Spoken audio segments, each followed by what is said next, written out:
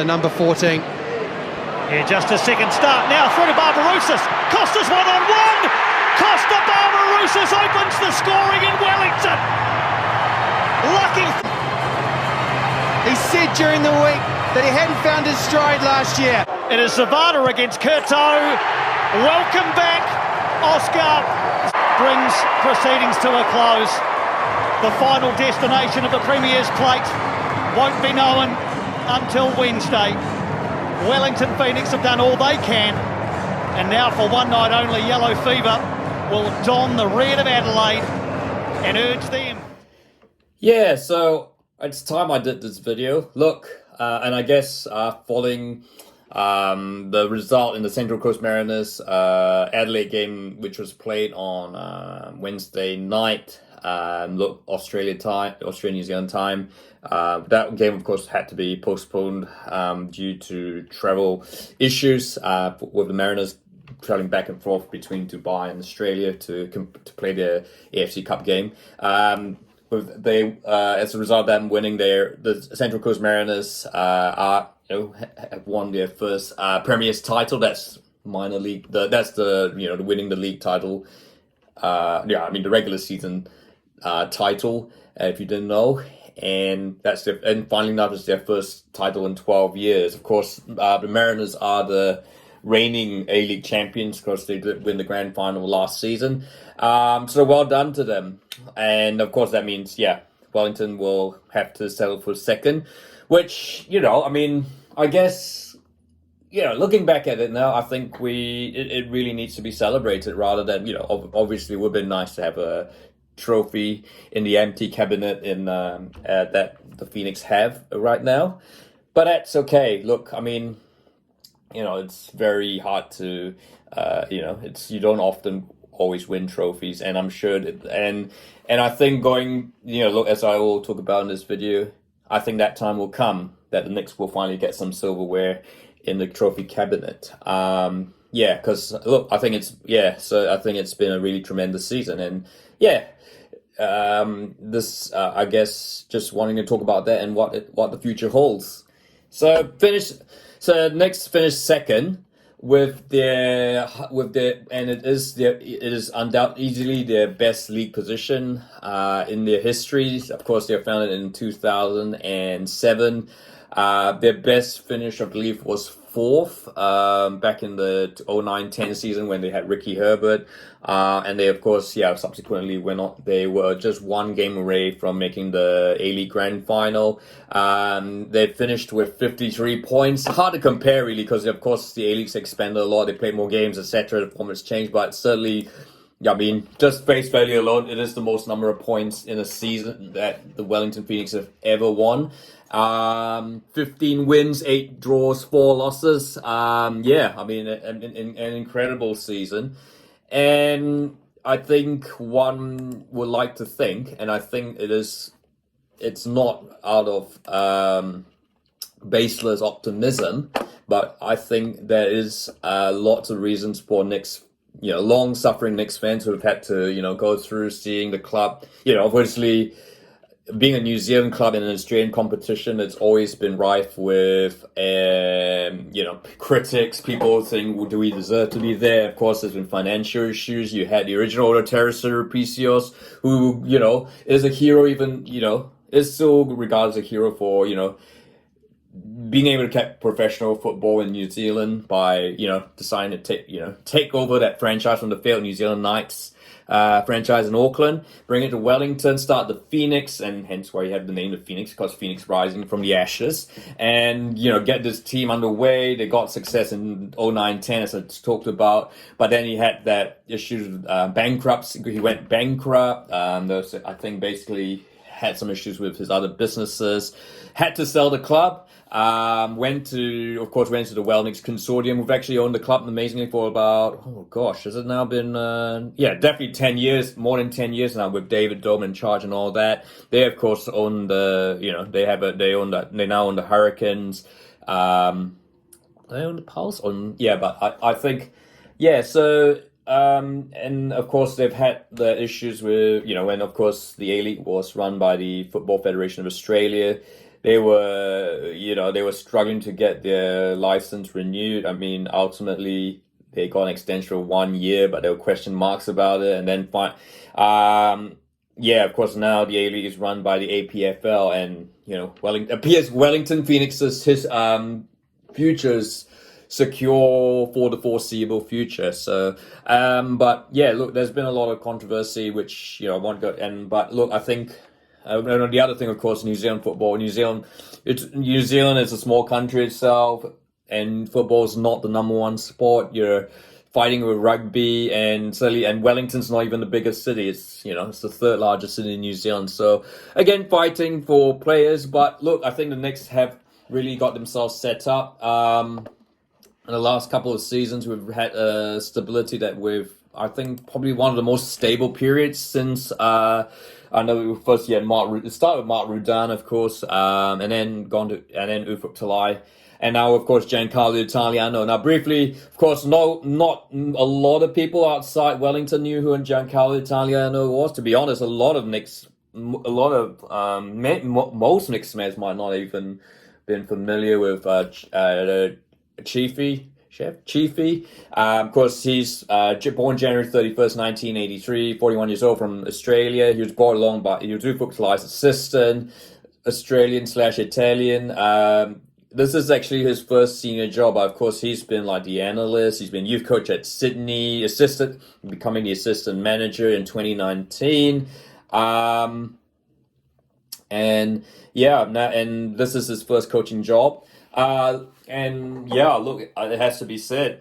I think there are almost questions like, was it really, the last couple of seasons, has it really been Ufuk Talai's team, or has it been Giancarlo Italiano? I guess, I mean, Talai did a brilliant job, but often you wonder, the assistant manager has all the ideas, and it's quite Italiano's proving that he is more than adept as a head coach, and fingers crossed we get to keep him for a while. I know he's from Sydney. There's always a lure of those bigger clubs like Sydney FC, Western Sydney, but let's hope he stays around for a bit and likes the Wellington life.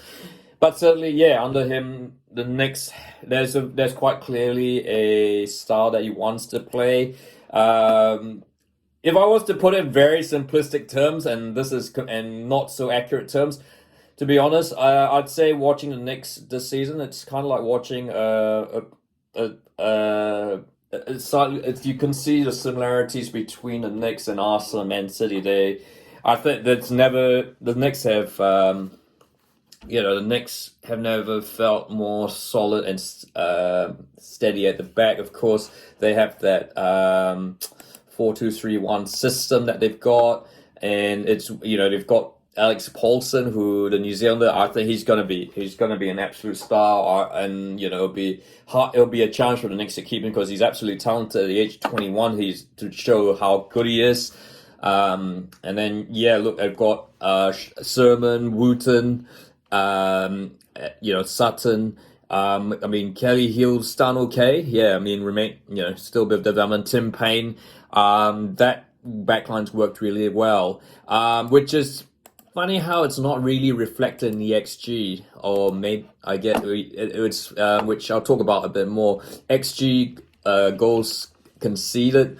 Wellington Phoenix are bottom at the 12th ranked team out of 12 with 1.78 XGA. And of course the actual one was 0.96. So it's a remark. So I guess this is another testament to Italiano's coaching, that they are 0.53 better than what their expected XG goals to be considered. Look, I know XG is a bit of an overrated metric and all that, and I guess with the A-League it's a bit tricky because it hasn't really been used, but certainly that is insane. I'll just talk about XG goals to be scored. Well, Knicks are bottom of that as well, and they are 1.03. Their actual one is 0.53 over, so yeah, truly amazing stuff. And just shows you, just shows you, I guess, that's how good the job Italiano's done with the side, or maybe perhaps XG is a bit overrated. But anyway, it's still, tremendous stuff for the Knicks, finishing second. And look, I mean, as I said, Paulson's 21, Sermon's 20, look, Wooten's 32, but I mean, he could still play a couple of seasons, but I mean, he could, you've got potentially, there are other options coming through. I mean, with centre back and, having Wooten there, a bit like when the Knicks had Andrew Durante, having that really experienced professional footballer to steady things. Wooten, of course, was ex-Manchester United. They've got Isaac Hughes from the academy. So, a name to watch for. Sam Sutton's been absolutely brilliant this year at left back. And then Tim Payne, who's, maybe a bit card-friendly at times, 30, but, you can't fault his commitment to the Knicks. And, and he's an absolutely vital player. And then, of course, look, we've got to talk about other players like Rufer. Has really stepped up as captain. Now, he's 27 now. Look, he's not the most talented player in New Zealand, but undoubtedly he has got the Mana heart. We love using the word Mana in New Zealand. He's definitely got it. Altai, who, was a signing earlier this season. Like, I guess he's kind of provided a bit of competition. Nicholas Pennington, who, of course, he's become an integral core. But, look, there is a lot of youth. Finn Conke, Altai, as I mentioned. And, and then, we've got Boyzar Crab, who looks like he might very well be the new Paul Eiffel. And, these foreigners coming over, potentially looking at out in New Zealand. So Crab might hang around. He's actually got a child just born here, and he's said how much he loves New Zealand. So, Van Hattem is another star, old. A lot of, and again, the thing with the next year, we've got a couple of wingers who have that sort of system that Italia Lano likes. Van Hattem and all there. Then you've got Sloan Rodriguez, who is the youngest professional footballer to ever sign in the A-League, I think. So he's one definitely to watch. I guess and then obviously up front, Costa Barbarouses, who's had an absolutely stunning season with the goals. Look, I don't know, I'm still a bit funny of calling him a marquee player, but I guess that's just kind of like, well, that's a bit of a bias. But I mean, nevertheless, Barbarouses has done a superb job since coming back from Australia. And then, of course, you have the irrepressible David Ball. I guess the thing, and I guess that kind of leads me, of course, because that leads me to talk about Oscar Zawada as well. The forward line is looking a bit, I guess it is, I mean, Barbarouses is 34, Ball's 34, and Ball was getting his fitness has been a bit of a question mark. Zawada is likely to leave the club. I guess this is going to leave us a lot of questions in the off season. And I think that, in my opinion, is going to be depressing me. Thing is, of course, everyone's always wanting a centre forward who can score 20, 30 goals a season, an Erling Haaland or, and, I think in the past I've suggested, like, getting Troy Deeney, someone like that, or, I mean, Jamie Vardy maybe if we want to break the bank. Maybe if Leicester don't offer him an extension this season. I mean, certainly, but in realistic terms, certainly centre forward is certainly going to be one that we need to look at. Perhaps maybe in the off season, maybe we could have a look at identifying any targets from overseas from the lower leagues of English football or European football that could very well suit the Knicks. That's certainly an area we're going to have to address. I mean, with Zawada's departure, I think Ball might very well play one more season and then head back to England. And of course, Barber, yes, and of course you always need that depth up front. But certainly, and that might very well get that XG up. So I guess the other options: do we push Van Hattem old into the more forward position? I mean, the style of football means that it's not all on the centre forward to score goals, but it's certainly having a centre forward. I think that will certainly take the Knicks to the next level, finally winning that Premiers, and so we shall see. So that's the Knicks. The playing squad. Look, the season's obviously, with the A-League, of course, the season's not over. Of course, we've got the playoffs now. The Knicks play on the 18th of May, with tickets due to come out Thursday, 2nd of May. I hope to go there. Obviously, we'll know for a while who we will be playing. I haven't quite got because of course Wellington's second now, so We've certainly got the routes, the pathway, but looking like, like unless Central Coast was to be upset on the way, it's looking like the final will be in Gosford, or they might very well move it to Sydney, because I think they've done it in the past where, because Gosford Stadium isn't quite big enough, they might want to move the final to a bigger stadium in the nearest city, which is Sydney, which is ironic because, of course, they recently, of course, went back on the move to not have all grand finals exclusively in Sydney. So the ironic thing is we might very well have to have a grand final in Sydney because Gosford Stadium is just not big enough. So we shall see. So exciting times for the Knicks. I mean, of course, you're talking about men's. Women's, there's a lot of potential. I should briefly mention, of course, Macy Fraser, probably the highest profile New Zealand footballer to be signed by the Knicks, and totally deserved. She's going to the Utah. That's a sort of a step up to the women's league there. So that's an amazing move, and wish her all the best. Of course, we've got a couple of sort of gone over to the US, so it's a really, really great sign.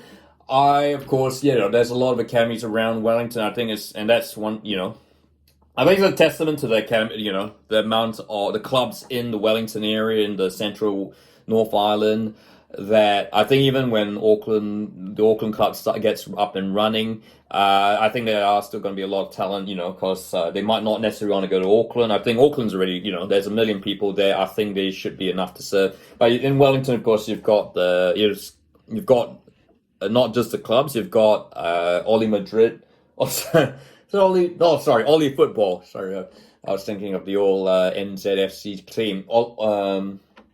You've got the Oli Football Academy, which is on the grounds of the Porirua Kempu Hospital. Really, really outstanding football academy, which is, I'm not being biased because, even though it's just down my doorstep, but it's one of the greater football academies. They've got some really amazing coaches, a pitch there, and of course it feeds directly into the Knicks. You've got, of course, the NZCIS now in Upper Hutt, which is right next, where the Wellington Phoenix are based. And again, at Mason Max, they've built a really, really outstanding facility there.